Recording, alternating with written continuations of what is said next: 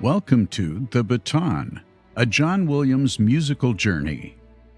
Join host Jeff Commings as he takes you through the career of the illustrious film composer John Williams, starting with his debut in 1959 through more than 100 films in 60 years. And here's your host, Jeff Commings. Welcome, welcome, welcome. So glad to have you here with me. The last episode of The Baton featured the film Images, which made its U.S. debut the week of December 18, 1972. That same week, John Williams' name showed up on a decidedly different movie called Pete and Tillie, and that's the movie we're discussing today. Though Images and Pete and Tillie were released to the general American public the same week, their scoring sessions were very far apart on the calendar. Williams conducted the score to Images in February 1972, so the film could make its world premiere at the Cannes Film Festival in May. The work on Pete and Tillie came after Williams signed off on the score to the Poseidon Adventure, which actually made its debut the week before. Sounds a bit confusing? Yes, probably. But just understand that Pete and Tillie was the third score John Williams wrote in 1972. And it's one of the shortest scores he had written up to that point. At barely 15 minutes playing time in the film, it is just enough to remain noticed in the film, but only if you're a John Williams fan paying attention to all the music moments. Not counting the credits at the beginning of the movie, there's only a couple of music cues that last more than a minute. The rest serve as quiet scene transitions. The film marks the first collaboration for John Williams with director Martin Ritt, whose films carry important social messages. Of the movies he directed before Pete and Tillie, probably his most popular ones are Paris Blues, The Long Hot Summer, and The Great White Hope. Just 2 months earlier, Sounder was released to great success, showcasing a story of a struggling black family of sharecroppers during the Great Depression. Ritt never had an association with just one composer in his career. Alex North, Franz Waxman, Elmer Bernstein, and even Duke Ellington wrote music for his films. I'm not sure why none of those composers worked with Ritt for Pete and Tillie, but perhaps the fact that Universal Pictures produced the film had something to do with it. John Williams has maintained a workspace on the Universal lot since his days as a contract employee for Revue Studios, and likely was looking for more work in the fall of 1972. He might have heard of Pete and Tillie, met the director, watched the movie, and agreed to write the score. And as I said before, there isn't much score there, so his assignment was not too arduous. And after the work he put in scoring Images earlier that year, and just wrapping up the modest but still complex score for the Poseidon Adventure, it's likely Williams was looking for a quieter film. And I bet he wanted to show his diversity as a composer, something that helps sell his talents to directors looking for composers. So Williams was able to sit at his piano and work out what many Williams fans call a marvelous main theme. Given the bombastic music we've heard from John Williams in the 3 movies before this, and in a way I would include Fiddler on the Roof as well, the soft piano theme was very welcome. It might have been a welcome respite for Williams as well. I knew nothing about the plot to Pete and Tillie before I popped in the DVD to watch it for this episode. I'm going to give some crucial plot points in this episode, as I always do, so beware. Having Walter Matthau and Carol Burnett as the leads in the film made me think there would be some high comedy, but there isn't. Burnett's work here is very similar to what Mary Tyler Moore would do 8 years later in Ordinary People. In her film debut, Burnett took on a role that was very opposite what she was doing every week on her self-named TV variety show. Burnett plays Tillie, a straight-laced woman who is set up to meet Pete, a seemingly boring man who breaks the tension with corny dad jokes. Over time, the two don't really fall in love as much as realize there isn't much else out there. So they get married and raise a child. As I said, the film isn't much of a comedy, but it makes an even more dramatic turn in the last 15 minutes when their child dies. Coupled with Pete's constant infidelity, Tillie finds her life unraveling at film's end. Before we meet either of these characters, Williams sets the scene in the opening credits, which appear over a panoramic shot of San Francisco. Again, the theme as it plays on the piano is good. I'm stopping short of calling it great because the melody didn't lodge itself in my brain immediately, as is so many of the themes Williams wrote for the movies before this. It seems to just exist, and in the case of this film, that's just fine.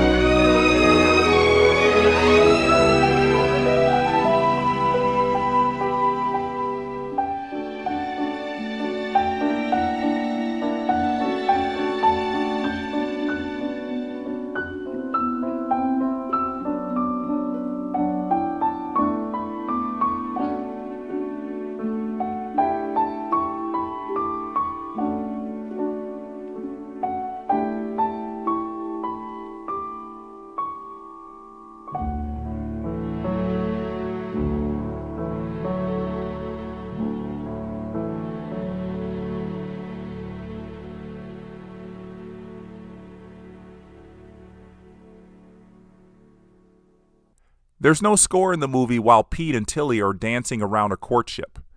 There's some music playing in restaurants, but that music doesn't seem to belong to Williams. The first time we hear Williams' music is after they make love for the first time. I didn't sense any love between the two of them, which is probably why Williams put the theme in here, to let us think there's romance in the air.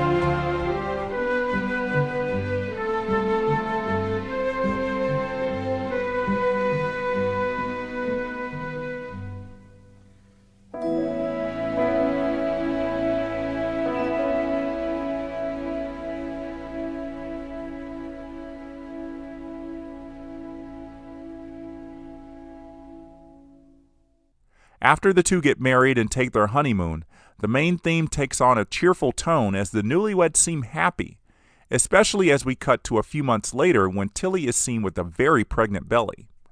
The strings are strong here as they play the theme, and this is the last time we'll pretty much feel happy in this movie.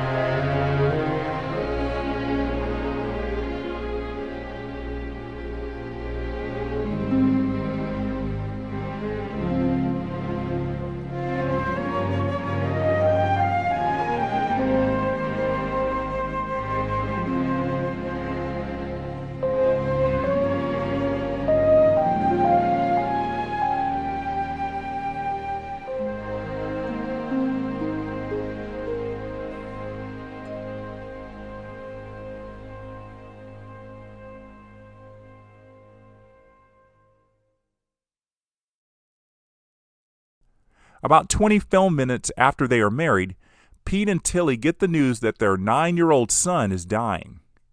It seems like there is cancer involved, but even in 1972, the C word might have been a bit too shocking for the censors.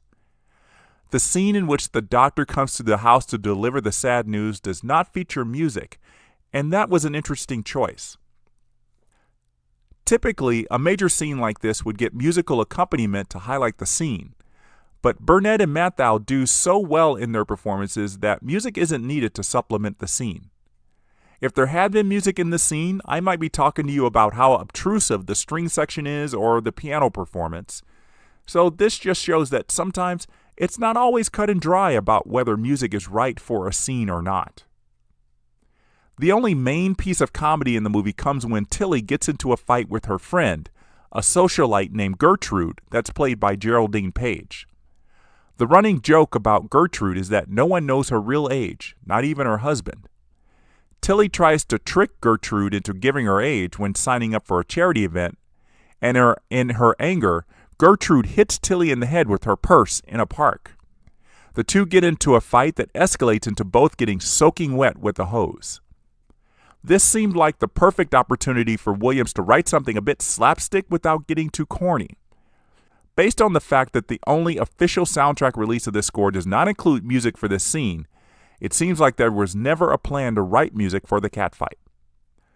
I had never seen the movie, but I had known about this infamous fight scene for a few years after reading a biography about Page's life. The scene became so famous that it probably got Page that Oscar nomination for Best Supporting Actress.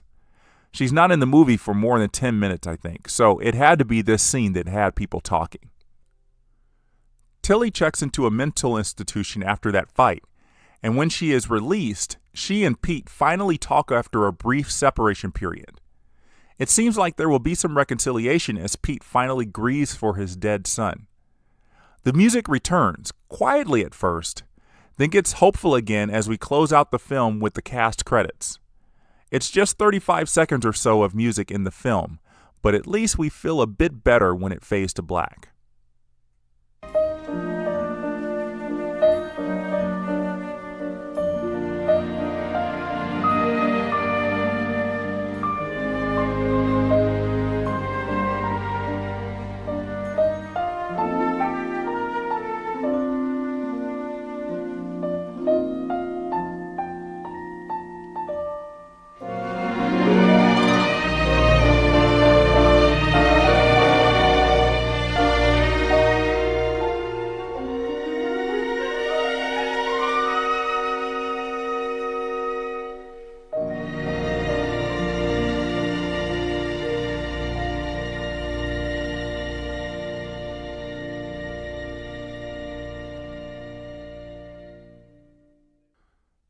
The soundtrack release of this film includes about 3 minutes of extra music in the track called N Tillie, which suggests there was supposed to be music playing during Pete and Tillie's reconciliation scene.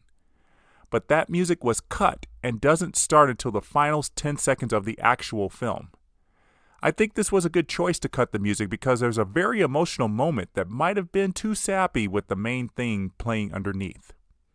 So, Pete and Tillie was a modest hit in theaters, actually making more money on opening weekend than Images. That's not surprising since the advertising for Images was virtually non-existent, with a plot that was very hard to describe, while Pete and Tillie was being branded as Carol Burnett's film debut, an easier sell.